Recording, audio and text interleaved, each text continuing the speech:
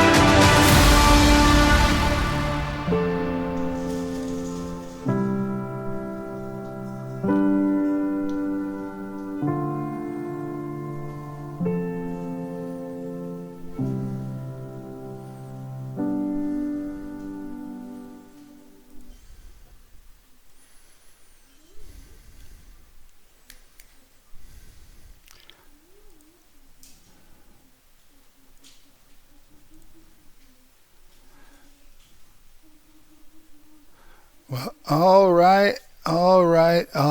Welcome, everybody.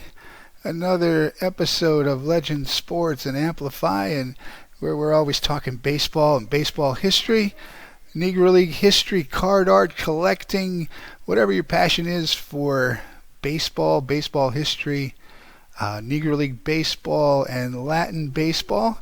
And I am really happy today to have on. He's a writer, contributor for Con los Bases Llenas, Baseball Ahora, an author of Francisco Coimbre, Los Bates Grandes Se Respetan. I hope I said all that right. Raul Ramos, how are you, sir? I'm wonderful. I'm very happy to be here. Thank you for the invitation. No, thank you for taking the time. I was mentioning before we got on here why I'm doing these, and to add context to the stories that have come out this past year with Major League Baseball's announcement, long overdue, of recognizing the Negro Leagues, and Baseball Reference with the statistics, but all to add context and backstory, and there's so much to it, so many stories to be told, and we're going to talk some today about the Puerto Rican connection, the Latin connection to the Negro Leagues, which runs very, very deep. And it's been something that as I've done more of these, and I've discovered more, and I'm learning more every single day when I do these, and I appreciate all of you that have taken the time to do this work and research, because these are just great stories. They're just fantastic stories from a historical perspective, a sports perspective, a social perspective. I mean, it's just they've been a lot of fun. So like I said, I appreciate your time. So you wrote your book on Pancho Coimbre. How long ago was that? Well, it was published in January of 2019. Okay, so it was pretty recent. Okay. It's pretty recent, yes. And so pretty much the research was about, we'll say, 3 years. Wow. Okay. the research per se. Um, and the reason that it took some time, um, there has been a few books about him, a few stories, but it was always telling the same stories. So Pancho, as you know, or if you don't know, he was or he is a Latin American legend. He Uh-huh. played all over, meaning play in Mexico, he played in Dominican Republic, he played in Venezuela, and that was known. But trying to get facts of when he played in those places, trying to get stats, trying to get stories was different. It was a different thing.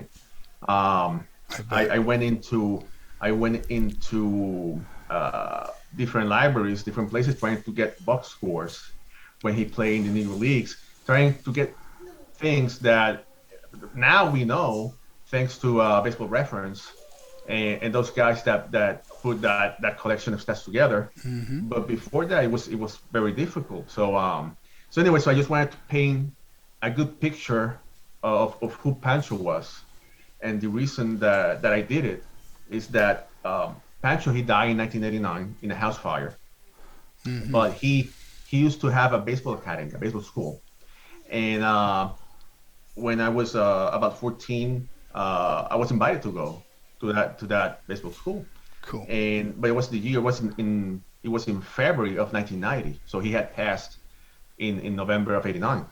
So Juan Gilbe used to play in the Negro Leagues with the Cubans and the Clowns.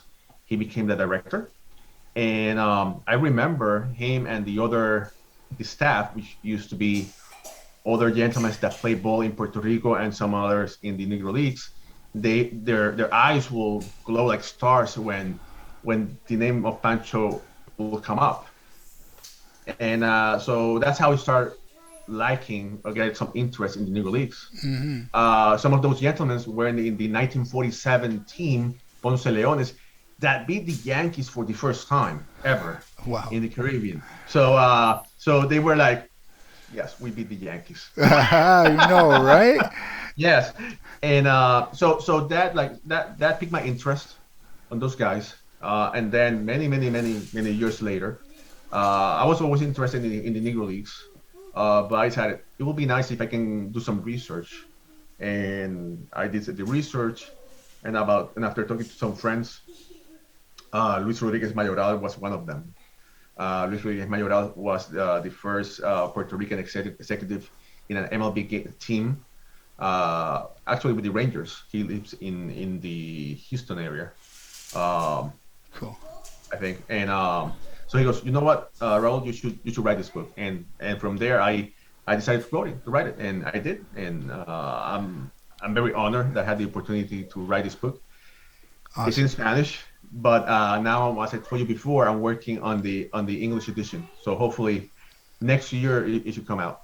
Awesome, awesome. You know, that's the kind of stuff that I mentioned when we were messaging before we, were doing these. That I think, besides the stories of the Negro Leagues, Latin baseball, baseball history, the minor leagues that I've been trying to get the authors and researchers, historians out there that maybe people have never heard, never seen the work, would like to learn more. But I also think that I love it personally to hear what got people into that passion for doing it, because Mhm. everybody I've talked to, this goes back a long, long way, and I think you probably know this. Baseball is one of those things that kind of gets into your blood. There's a, I grew up with my grandparents and parents and listening to baseball as a little kid, and I've always been a baseball fan, and that seems to be the one common thing. Everybody's got and it seems like most of the time at an early age they find it, and there's something about it. There's a story, a team. They played a little bit, whatever it is. But I love to hear the origin stories of how people got, to where they are in their work, because a lot of this, like you just pointed out, goes back a long way. It takes some effort. That's for darn sure. So I will tell you that for me, it started collecting baseball cards, and starting collecting baseball cards and sitting down with my dad watching a game, right? And then I'm playing little league, right? And then looking at the baseball card and saying, I would love to take a picture like this one day. Right? So I studied photography.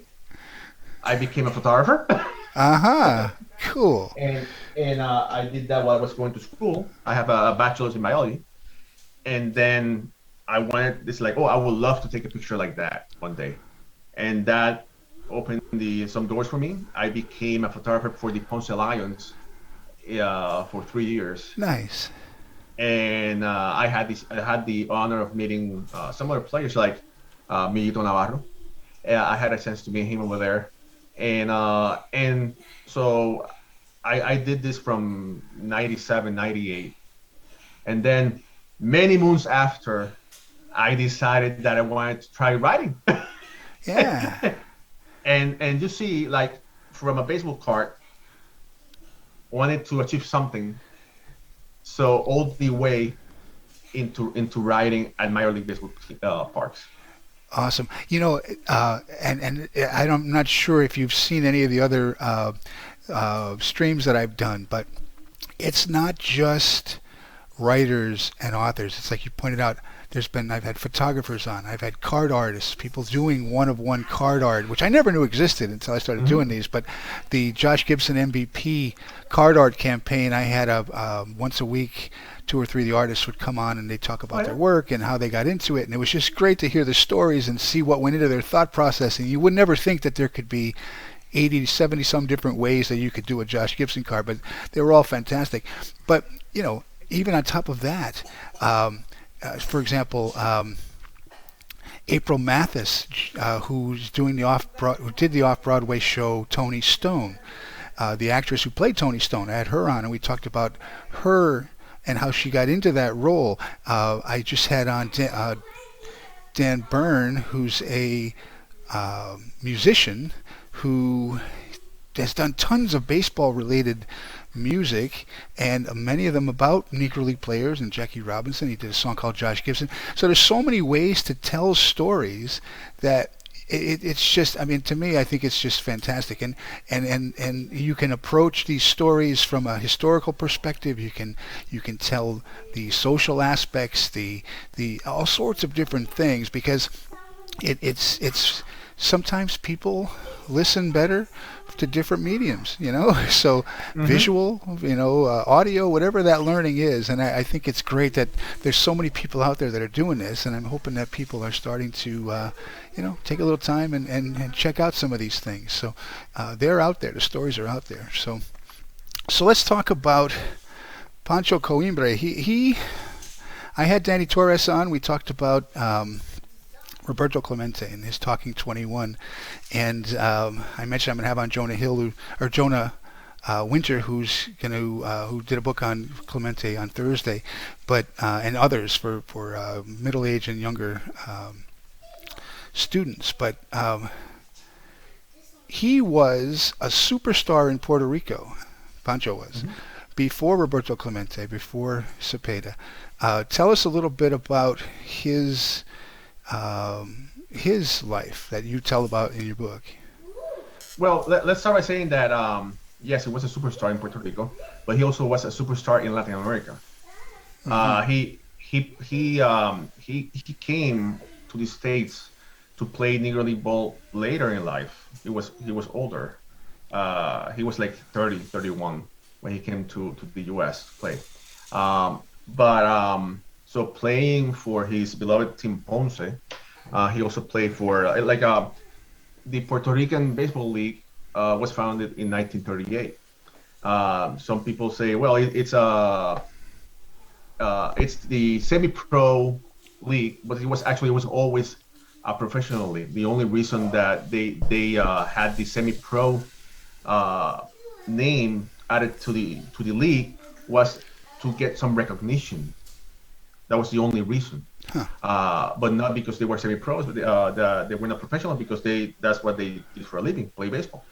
And so in 19 in the 1930s, numerous teams, Negro League teams, used to go to PR Hmm.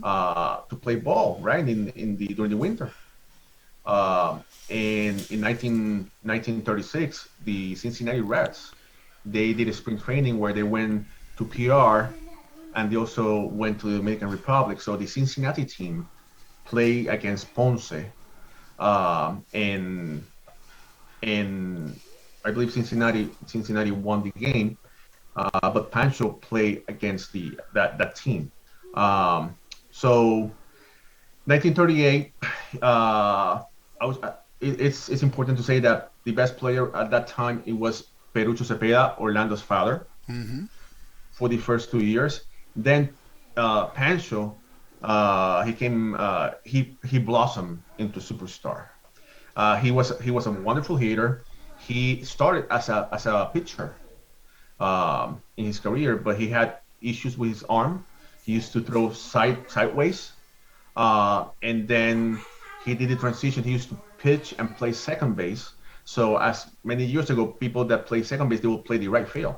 So he did the transition into right field in Puerto Rico.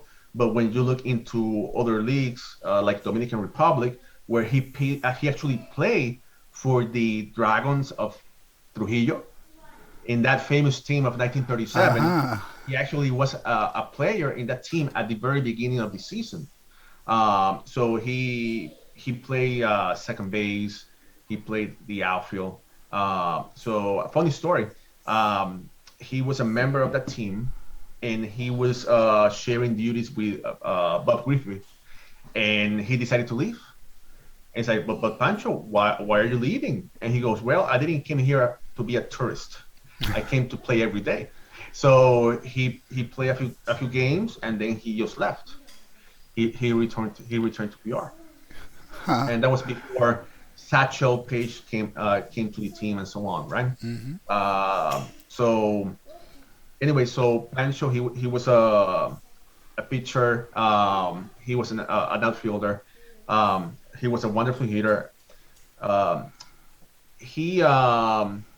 people used to say, or he used to say that he has the eye of an eagle because he wouldn't strike out. He He never would, struck out, right? Didn't he go two seasons as the story goes that he never struck out? well, he actually he did, but he struck out like once, right? Yeah, So, but it's yeah, that's very sweet, right? So, right, yeah. but Satchel Paige, like I had a chance to speak to different players, like Felix Mantilla.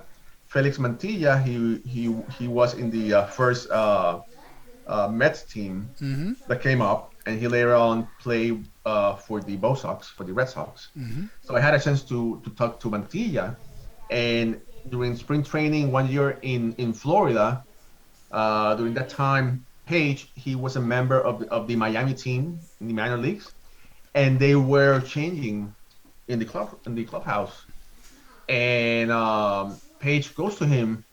How is doing the guy that lifts his leg? And he goes, Pancho. And the reason that he used that analogy, Pancho used to, like Mel Ott used to Uh-huh. raise his leg to bat. So that was the style that Pancho had. He will Interesting. raise his leg. Pancho was a righty.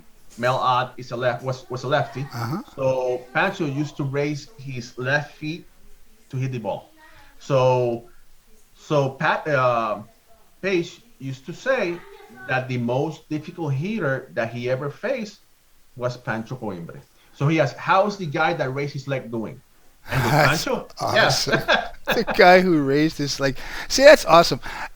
That's the kind of stuff, the context that I'm talking about, because, I'm sure there's not very, if any, film on him ever playing, No. right? So you have to kind of put this together like an archaeologist into what type of player, what were they like, how did they stand, how did they run, because there isn't any real documentation of a lot of this. I mean, for as many stories as there is even about Satchel Paige, there isn't a lot of footage on him either. For as long as he pitched and for his type of career, legendary career. So someone like Pancho, I mean. Yeah, that's the kind of visual, because I know exactly what you're talking about now. Mel Ott, So even Sadaharu O stood that same way when he batted on one leg like that. Yeah, so cool. something funny. So Clemente and Pancho used to have a very nice relationship. So Pancho was a mentor for Clemente, Uh huh. and they used to hang out. and chat about baseball and so on. And in a conversation, Clemente goes to Pancho, "Oh, if you have made it to the major leagues, they will have corrected that from you." And Pancho goes, "Correct what? I don't need to correct anything." Right?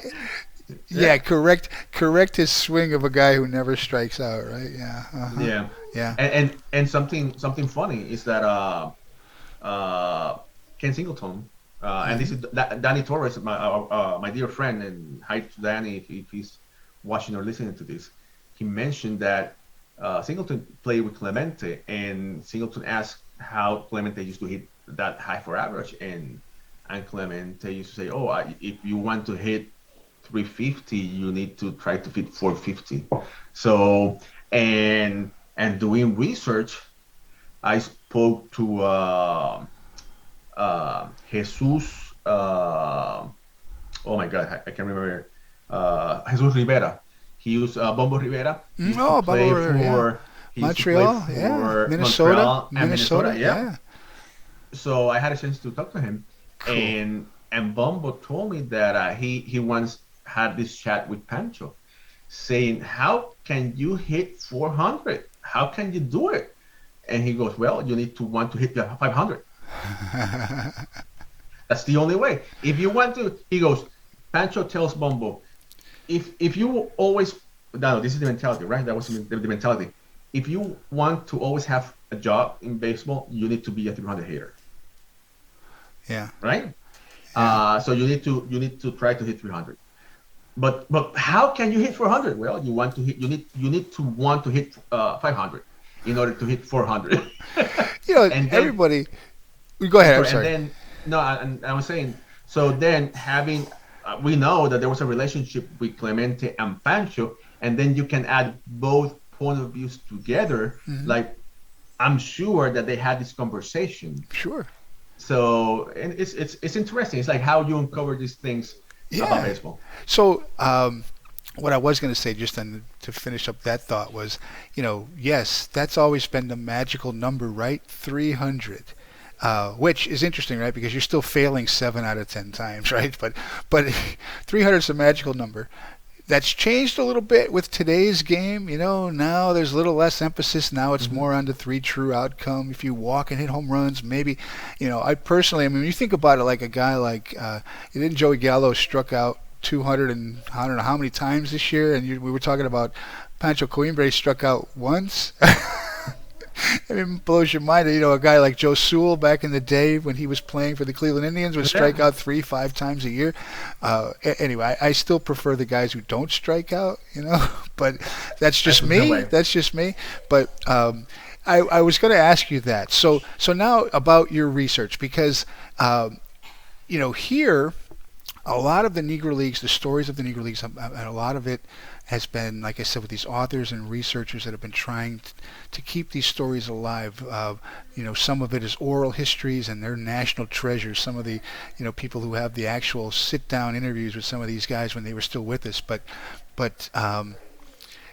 over the years, especially recently with like seam heads with the Negro Leagues, there's been more and more digging and uncovering and compiling.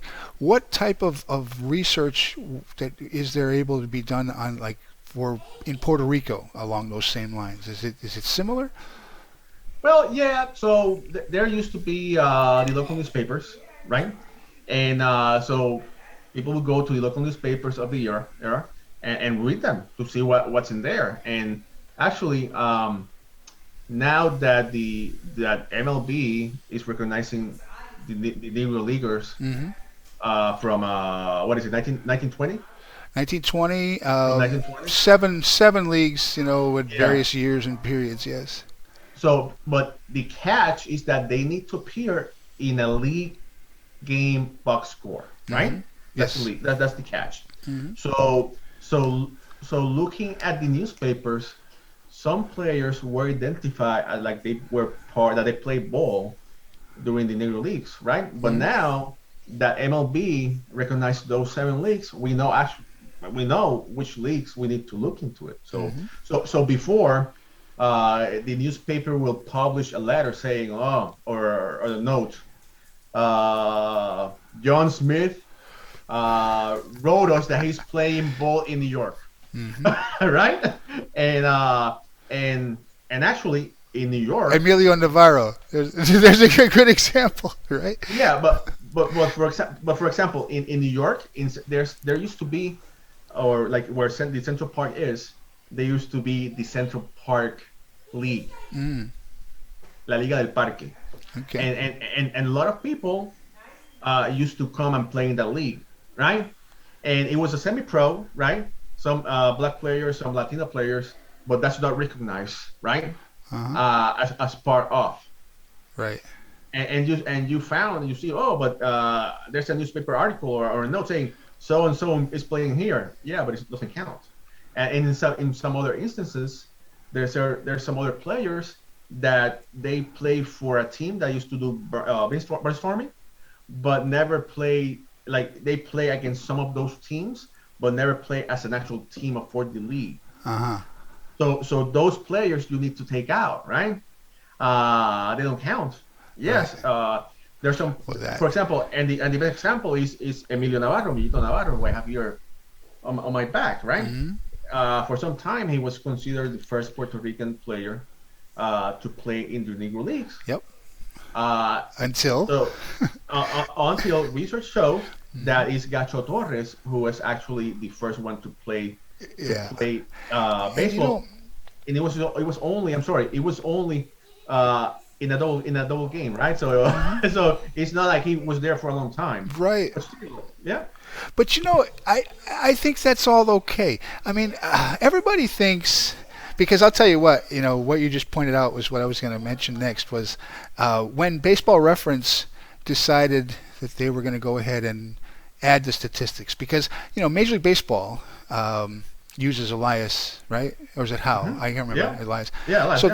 they haven't made that call yet, as far as adding all that in there. But it's Baseball Reference that's done that. But I had all kinds of people asking me all these questions. Wait a minute, it means we're going to have 900 home runs from Josh Gibson. I'm like, no, no, no, wait, Yeah. wait, wait, back up.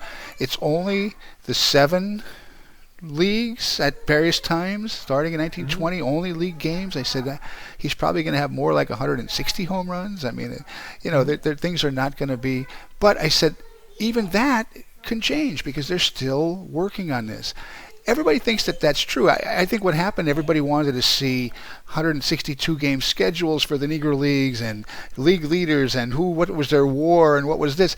Hmm. No, no, no, no. That's not quite there yet. I mean, but it wasn't there for much of baseball history. I mean, and that stuff, didn't exist. I mean, a lot of it's been recreated over the decades. I mean, they have a lot longer at this than what some of the people who are working on the Negro League statistics have. So just have a little patience, and everything will eventually, uh, be as accurate as they can get it, because everybody wants it to be accurate. But my point on this was the stories are still important, and whether we knew 20 years ago and thought this person was the first player to do something, like we thought with uh, Emilio Navarro, and then they found out that no, there was someone else. That's okay, because it's an ongoing process, and it doesn't make anything wrong, and there shouldn't be any criticism if someone printed No. that 10 years ago.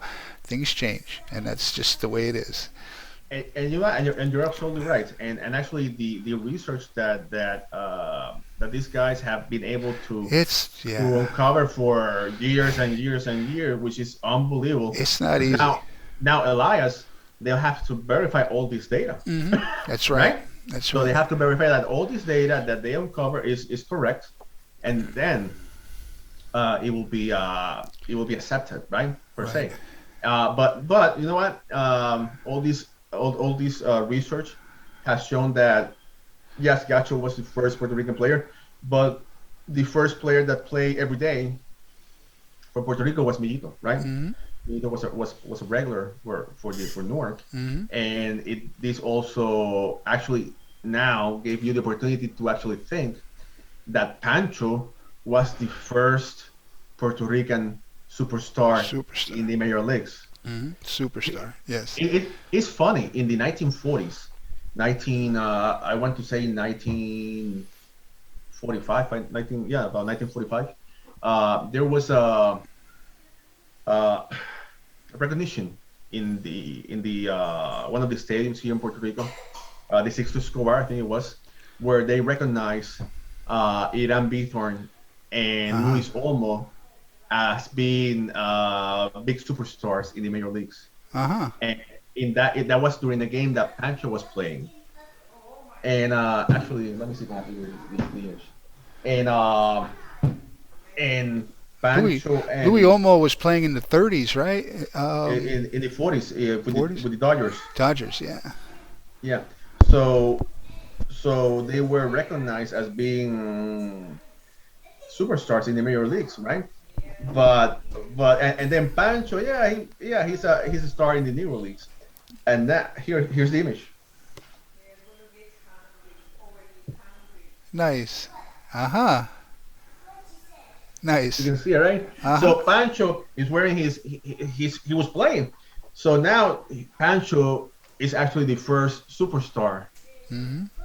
in the first Puerto Rican superstar in MLB baseball, thanks to all this research. That's right. And the other thing, the thing I've been trying to point out too in all this is, and you probably see it on Twitter every day. I try to put out some little tidbit about some player. And sometimes yes, I do the satchel pages and things as I come across them, but I try to do all range of players because the thing I'm trying to point out here with all of this is this game was all around you for a long, long time. And odds are in your town, because the Negro League spread the game of baseball all across the whole Western Hemisphere, from Mm-hmm. Canada down to Venezuela and Panama and everywhere in between.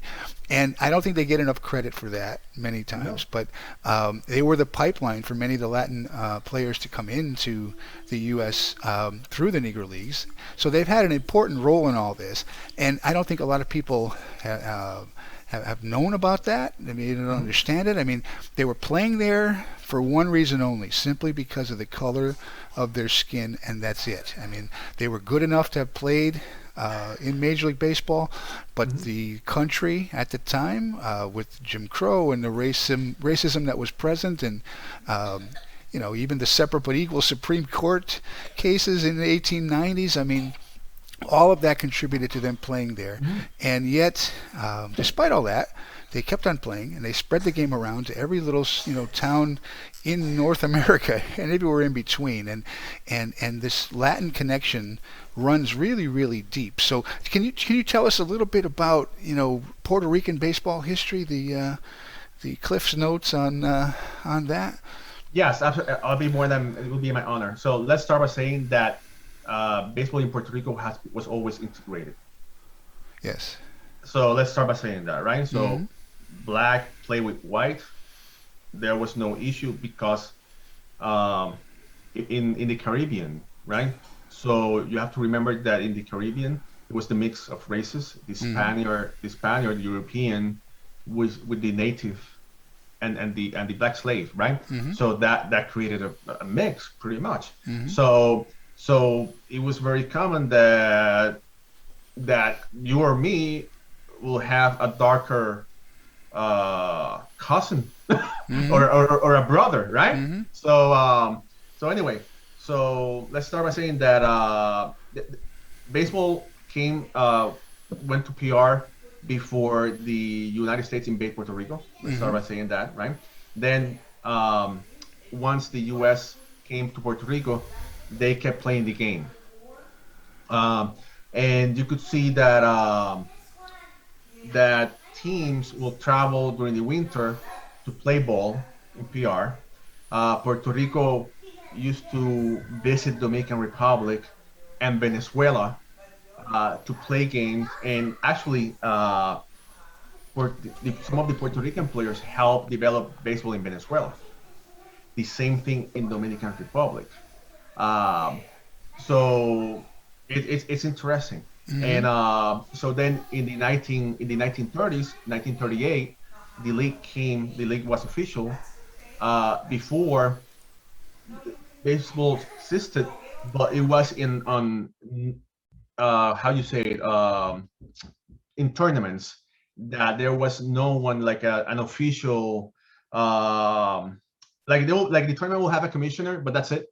and it was more of a word of mouth, like a handshake will seal a deal that you'll be playing for this team or so on, right?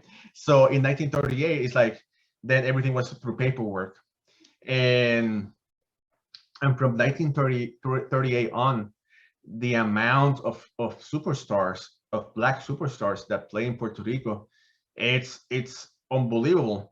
Even more that all the players that play in Cuba, Mexico, and Venezuela. And it's a shame that Puerto Rico doesn't get recognized with all this talent and all that they put together with all these players. For example, Leon Day, he played for Guadilla and he played for Santurce.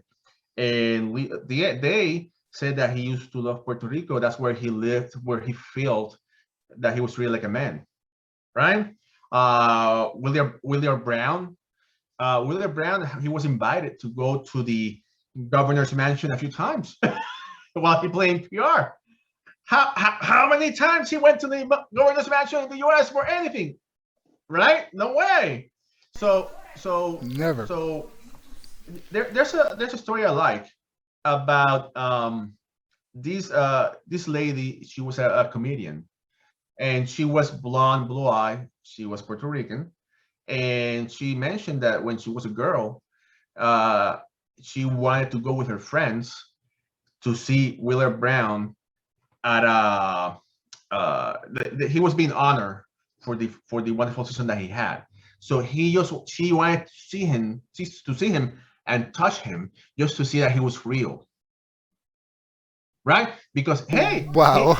he hit 27 homers in 60 games, right? So he was a monster. He was a wonderful ball player. He was in, as you know, he's in the Hall of Fame. So that for him to see the fans, right?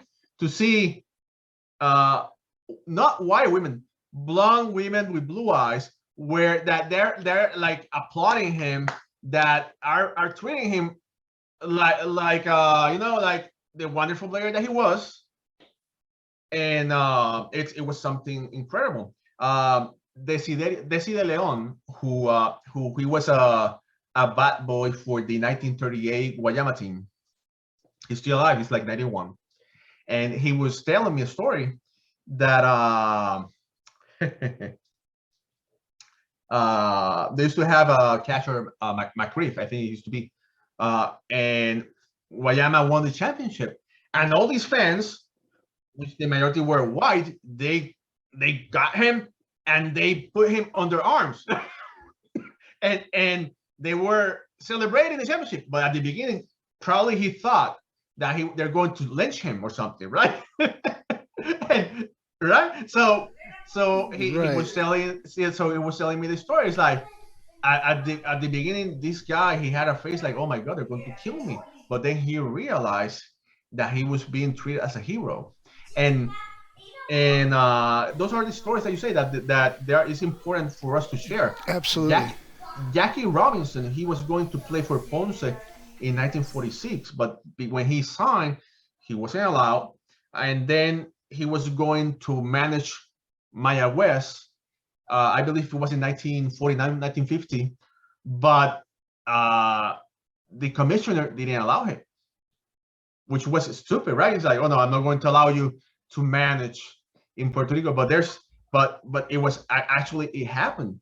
So anyway, so Satchel Paige had one of his best seasons ever in PR. Josh Gibson, he was known as Joshua Gibson in Puerto Rico. He was beloved also there. Up to a few years ago, like older gentlemen, whatever they used to say, it's like, oh my God, no one hit it harder than Joshua.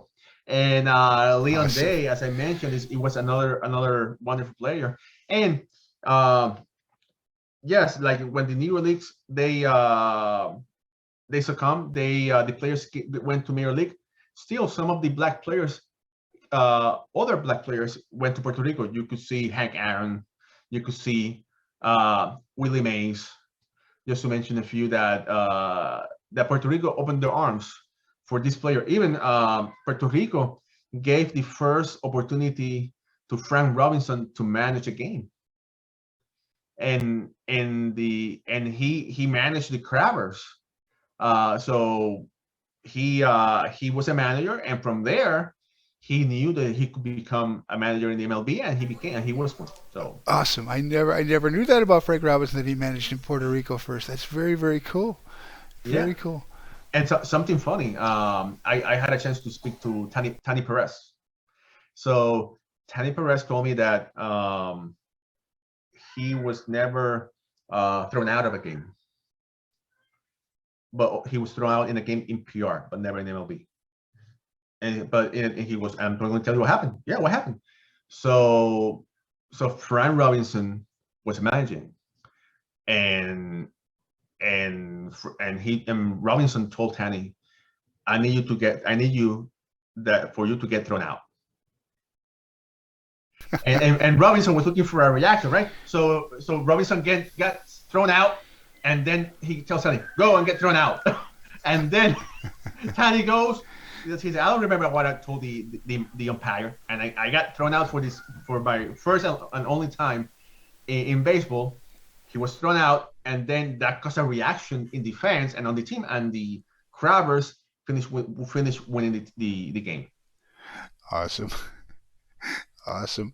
You know, this is like stuff is just to me like gold. I mean, I really I love hearing these kinds of stories that give a little bit of life and context to all this, because baseball is a great sport, and you can dive into the numbers and you can get lost in all those, but the stories that are behind the scenes that most people never get to hear, it's fun stuff. It really, really is. You pointed out about the Negro Leaguers in Latin America, and I'm sure it was no different in Puerto Rico, but the Dominican, Mexico, when they went there, they were treated like equals, stars, the players that they were. And it's no wonder that many of them loved going, loved playing, some left and stayed there.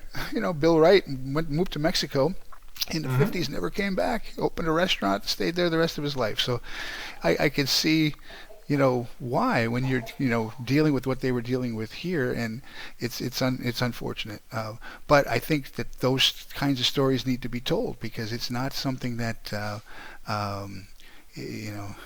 not talking about it and getting it out there is not helping. People need to understand what these guys were dealing with, why it's important what they did, and how that impacts everything going forward. Because you look at what happened once Jackie Robinson came in 47, for the next 15 years, 12 years, how many MVPs, All-Stars, Cy Young Award winners. I mean, these guys, they changed the game of baseball, and then that led to into the 60s, when now you had the Frank Robinsons and Roberto, becoming a superstar, Willie Stargell, all these players, Bob Gibson. I mean, it started a whole. I mean, that was when. I mean, baseball to me, that was just a fantastic time. It really was. Well, have you considered that after the integration of baseball, there's never been another 400 hitter? No. And those are the things that people say, "Oh my God, really?" Yeah, it's like these guys, they were wonderful players, because the league became one stronger, and it was in order to be, you had to be talented. Unfortunately, there was a lot of other black players that they didn't receive a chance. That's right. But hey, it's funny. I'm glad you brought that up, because when those announcements were made, especially the Baseball Reference one, and people were asking me and telling, well, what's going on here? The response to that was, wait, let's back up. Fully a third, if not more, of Major League Baseball, all the way till Jackie Robinson, and even well beyond, because there was a small number of guys who came in the early years, especially through the 50s, were basically AAA, AA talent themselves, and the only reason that they were there was because of the color of their skin, you know. And so no one is saying that those guys need to be taken out of the record books. I mean, they got to play, they played. So by the same token, these players who never had the opportunity should be given that same, opportunity to have their numbers put alongside. And like you just said, they came in and the level of play just went up immensely. And there's a reason why. Yeah. I mean, George Brett, I think, came the closest, right? Hitting 390 back in 1980, I guess it was. Right? Yeah. Him and Tony Gwynn after. Tony Gwynn, a few years after, but not very many since then. And I don't know if we'll ever see one at the pace the way the game is going now. You know. So tell us a little bit about that, if you have, if you can. So you are a contributor for the. You cover the Mets and Yankees for yes, a couple of different websites, right? So Con las Bases Llenas is the #1 Spanish baseball website right now in the U.S. Awesome. And I have the pleasure and honor to be writing for them for the past 3 years. It's like time flies so fast, right? 3-4 years. Right. And I live in Jersey, northern Jersey, as I told you before. Mm-hmm. So I'm close to the Bronx. Mm-hmm. And I'm not too far from Queens. So I write about both teams. And I became a BBWA writer, which I'm very honored of saying that. And we have over 25 writers, almost one per team, covering all teams. Cool. And we have become very popular here in the U.S. We have become very popular in Mexico, Puerto Rico, everywhere that people speak Spanish and read Spanish. Mm-hmm. And the reason is we have become a respectful website that we don't do clickbaits like other places and so on. Mm-hmm. And we are covering the game as it should. And I also am the host of a YouTube channel. The name is Baseball Ahora, baseball in English. Here. So Baseball Ahora. Yeah, I've got the. And it's a YouTube channel and a Facebook page. And we do 2 shows. We do a show Mondays at 9 p.m. Eastern Standard Time, and on Thursdays same time. And we analyze the game. We bring guest stars. Like yesterday, we had Candy Maldonado. Yeah. In the past, we have had Tani Perez. We have had Carlos Delgado. We have had a lot of VIPs. Mm-hmm. And we also like to touch about the history of the game, the history of the Negro Leagues, the history of the Winter League games, not only in Puerto Rico, also in Cuba and Mexico. Mm-hmm. There's a lot of history that is getting lost, as you know, and we need to try to uncover it and present it to people, to the new generations that are absolutely becoming fans of this game, right? So, yes. so right now, like Ohtani did something wonderful, but we need to remind people, well, we used to have a Martin the Eagle. He used to be better than what Ohtani did because, yes, Ohtani is great. He can pitch as a great pitcher. He's a great hitter, but he's at the age. But the Eagle used to pitch. He used to play first base. He used to play all night. He used to play everything but catcher. Mm-hmm. And so Luis Olmo, that he played with the Dodgers, Puerto Rico. He was the he became the second Puerto Rican to play in the MLB during when white players used to play, right? Mm-hmm. Not now that the Negro Leagues are considered major leagues. So a colleague that passed away, he interviewed Olmo and he asked him, "What are the 3 best center fielders that you have seen play?" Mm-hmm. Right? And he goes, Joe DiMaggio, Willie Mays, and Martin the Eagle. Interesting. So and Pancho Coimbre used to say that the Eagle was the best first baseman that he ever saw, was the best second baseman that he ever saw. He was the best at everything because he will play the position. He mastered every position. That's how good Martin the Eagle was. Johnny Mize thought that he was the best baseball player he ever saw play. Period. Yeah. I mean, so yeah, Yeah. there's to me, a couple of things about the Negro Leagues and Latin baseball. When you see a lot of the head-to-heads, and there was a lot of barnstorming, and yeah, okay, it wasn't always the full team, but those guys weren't playing to lose. I mean, they were out there, they were trying to win when they played head-to-head, and the Negro League players, Latin players, did just fine against the major league teams of players. But when you hear the accounts like those of contemporaries, owners, John McGraw, how many Negro League players did John McGraw try to sneak into Major League Baseball as a Native American or wherever they, Yeah. because he knew that they could change. They were going to help his team. They were going to help his franchise, and if he could get them in, great. And so you hear all these stories. I mean, Casey Stengel barnstormed for many, many years against Negro League teams and players in Kansas City and other places. So these guys knew. Ted Williams finally got the ball rolling when he Hmm. made that speech at the Hall of Fame. And then finally, and I've had on several people talking about that, and there's going to be another, potential for some Negro League players to get into the Hall of Fame coming up this year. But we'll see how that goes, But anyway, these guys were good. They were good baseball players. Many went on to be scouts and coaches and integrated the game in other ways as well. So yeah, there's so many stories to be told here, and I'm glad you pointed that out. That there's a lot more to be told about Latin baseball as And, well, as I'm sure. and Yeah. you know what? There were a lot of these players that. So when a Negro League player is able to be selected to enrich into Cooperstown, they had to play at least 7 seasons Hmm. in the Negro Leagues, right? And there's so many players, so many Latin. Well, there's a few, right? There's a few of Latin players that, unfortunately, they Hmm. didn't reach those 7 years. Hmm. But it was because they started late because it was the end of the Negro Leagues. It was because of they will make more money playing somewhere else. Absolutely. So and some of those cases is Pancho. Pancho played 4 years in the Negro Leagues. He played in Mexico in 45. He played in Canada in 48.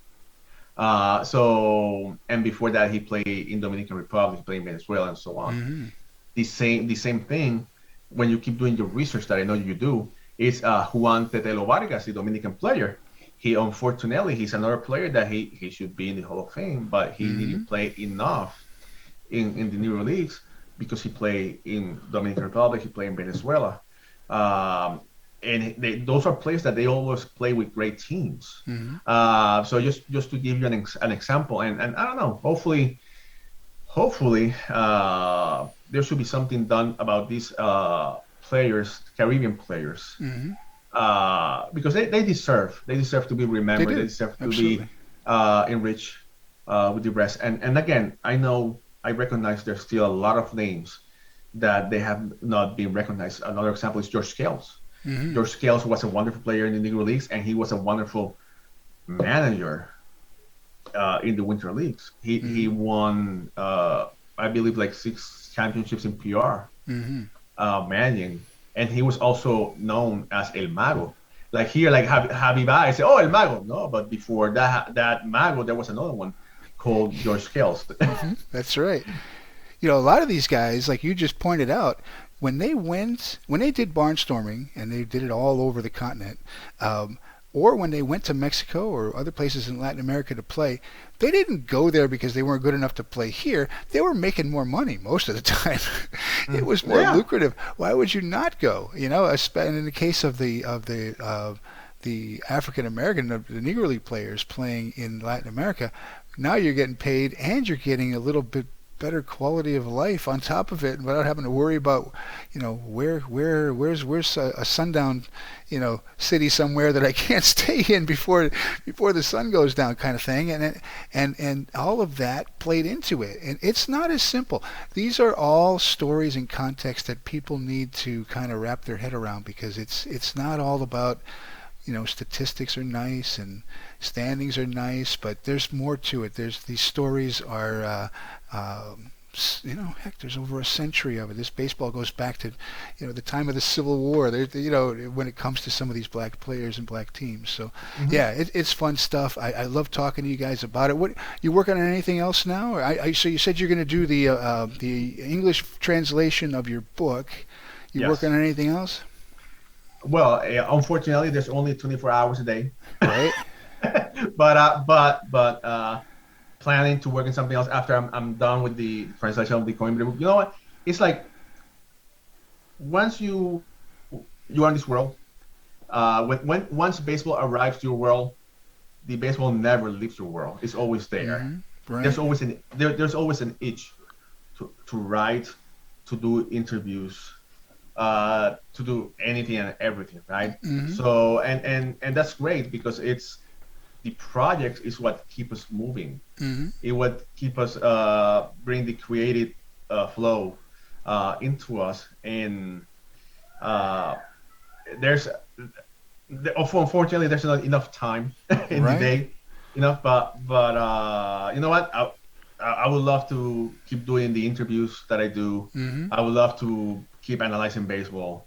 I would love to keep writing my weekly columns and so on, and hopefully maybe write another biography of another player, another obscure player that people need to know. It's like those are players that unfortunately maybe they remember their names, but they don't know actually how good they were. Just to give you an example, like I mentioned before, Tetelo Vargas, Pedro Alejandro San is discovered like he was the first Dominican player in MLB now. Before used to be Osvaldo Virgil, the O.C. Virgil's dad, right? O.C. Virgil, he played with the Braves.